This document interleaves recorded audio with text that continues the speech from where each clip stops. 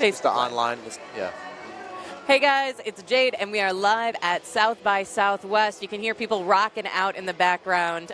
We are having such a beautiful time. There is not a cloud in the sky. It is absolutely beautiful. Slightly different than Minnesota right now. Sorry, guys. But we're enjoying it. And right now, I've got an awesome guest. It is Jason from Split Single. And you know, as soon as I saw, okay, local connection, you know, we're Minnesotans, so of course if Bob Mould is in any way connected to something, we get very excited. Me too. Yeah. And so Jason's been playing with Bob Mould, but you have this project. Can you tell us a little bit about Split Single? Split Single is a solo project. I write the songs, I sing the songs, and as much as I play bass with Bob, I play guitar in Split Single. So it's a solo project with a band name, I guess is how I would describe it. Yeah, and you pulled some buddies for like for the album, the recording. Yeah. And those are kind of a little bit of local as well, because John, the drummer, is Bob Mould, plays with him as well. Yeah, not geographically local, but local as far as being in. He's also in Superchunk with me. And but yeah, for the first Split Single record, it's John Worster on drums and Britt Daniel from Spoon on bass. And then the new record called Metal Frames, it's John Worster again on drums, and then John Steerett from Wilco on bass. And then a lot of guests like Nora O'Connor, who plays with the Decemberists and New Pornographers, and Andrew Bird. She's a talented singer. Tim Remus, another Chicago musician, is all over the record. And yeah, so it's a great way for me to write songs and then collaborate with musicians that I'm friends with and admire. That's beautiful. Well, we're really excited about the album and what we've been doing here, live from South by Southwest, or the current taken over at Blackheart. We're challenging people to, so on our ride down, 16 hours from Minnesota down to Austin, we got a little loopy in the van, and we came up with some questions. So pick 3 and then hand them to me. I'm so nervous right now. As you should be. We'll be gentle. All right, 1, 2. That's a tiny one. I know, but it's a big question. All right, thank you. So let's try these out here. All right, we'll start with the big guy. Oh, okay. You're from the Chicago punk scene, so I'm expecting this one to be a loud one. What was the first show you went to that when you left your ears were just like bleeding and ringing? Well, the first rock concert I ever went to, my dad took me to see Cheap Trick when I was 9 years old. Oh, come on. That is awesome. They were amazing. They were very loud. They actually encored with Highway to Hell by AC/DC, which had just come out. It was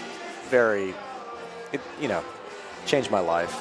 That's amazing. So you went with your dad. Was your dad like a big rocker too? My dad's a rock fan, and he actually took me to things like when the movie Rock and Roll High School came out. I was 8 years old. He took me to that, and he's not really a punk rock guy, so I have to give him a lot of credit for exploring other types of music and allowing me to learn about those types of things. And the Cheap Trick show, it's funny now because obviously it changed my whole life and influenced everything I do. I mean, if you listen to Split Single, you just Cheap Trick all over it. I mean, I joke that they steal stuff from me, but obviously we know where that goes. But and then as the years have gone on, Dave Grohl did his Sonic Highways HBO special, and he was kind enough to include me in the Chicago one, and I talk about Cheap Tricks. Yeah. And so what an honor for me, and now the Cheap Trick guys know who I am just because Dave was so cool in that way. That's so cool.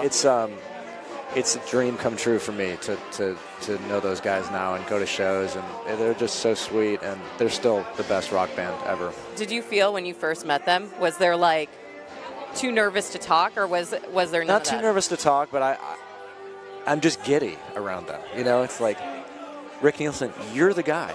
You're the reason. You're the guy. Still, Yeah. They say he's really funny too. So there's a constant sort of joking rhythm that's a lot of fun. That sort of is disarming. It makes me feel more comfortable. But they're the sweetest guys. And Rick's son Dax is their drummer, and he's a close friend, and I love those guys. But yeah, Cheap Trick was my first show.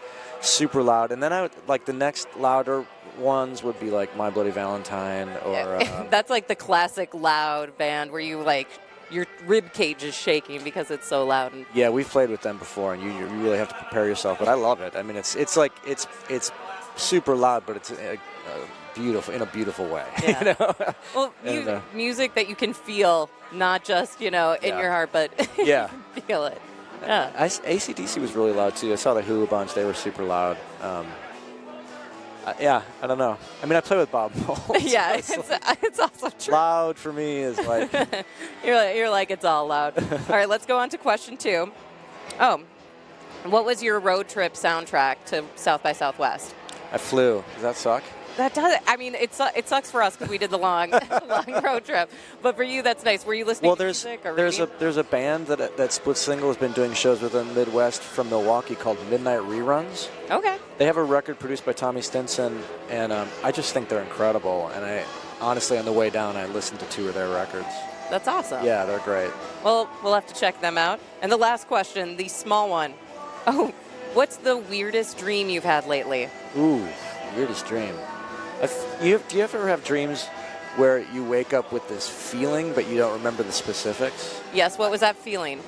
It was sadness, but sort of like a calm sadness. Yay, South by Southwest, Jason's sad. It's okay, we'll get loud later. That'll just rev it back up. Well, we are live at South by Southwest. This is Jason from Split Single. And, we have this final question that we're kind of asking everybody. We're from Minnesota. Prince is like the guy from Minnesota for the current. Yeah. And, we're coming upon a year from his death.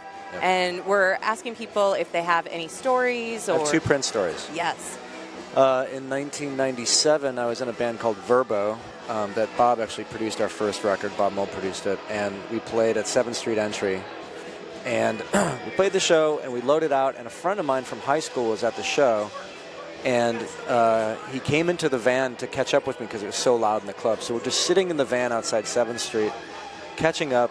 And this security guard comes out of the 7th Street Entry with, he's got this, the microphone and the earpiece, and puts down this little carpet on the curb. And my friend and I are like, what is going on? And a limo pulls up right in front of our van, and out comes this woman with a security guard, very beautiful woman, gets into the limo, and we're just like, this is so weird. Yeah. Tower of Power was playing in the main room. And then after that, another security comes out with this little man, little man. And I said to Richie, I said, that's Prince. Prince just walked right in front of us into this limo. We were just stunned. We just sort of sat there, pulled away, left the carpet. I should have grabbed the carpet. Yeah. Little mini. Like, why was that there either? Well, you need that. Prince has a... Prince, yeah. It was probably purple. I should have grabbed it. But then the next story was last year when he passed away. The Bob Mould Band was on tour. Yeah. We were driving to Minneapolis when it happened. And I think we were the first band. Were you playing at Turf Club? No, we played 2 First Avenue shows. Oh, yeah. I think we were the first band to play at First Avenue after he passed away. Yeah. And it became this thing where, like, well, we have to play a song, but, as much as we all love Prince and respect Prince, very different style of music, but we decided When You Were Mine was the song that we could do our best at, would sound a little bit like what we do. And but none of us knew all the lyrics, so we had our tour manager, Che, sing the song. It was pretty amazing. It was Bob did a great job of coming out on the encore and just saying, we're all feeling this thing. Yeah. And we don't really know what to do about it, but we're just going to play this song and please sing along. It ended up being a really beautiful moment. Yeah. And I later found out that and I'm sorry to interrupt you. Oh, no. There's a famous photographer from Minneapolis that just released a table, like a coffee table book, and there's a picture of us doing that song at the very end. Really? I forget the photographer's name. Oh, it's Dan Corgan. Might be Dan Corgan. Yeah. That's so cool that we saw that. We're like, wow, last picture in his book is that moment. It's really an honor. You're a part of the legacy now. Well, speaking of an honor, I don't think there's any radio station in America that plays Bob Mould as much as you guys do. And we make it a point. as as a member of the band, thank you very, very much. Well, Jason, we really appreciate it. Yeah, thank you so much.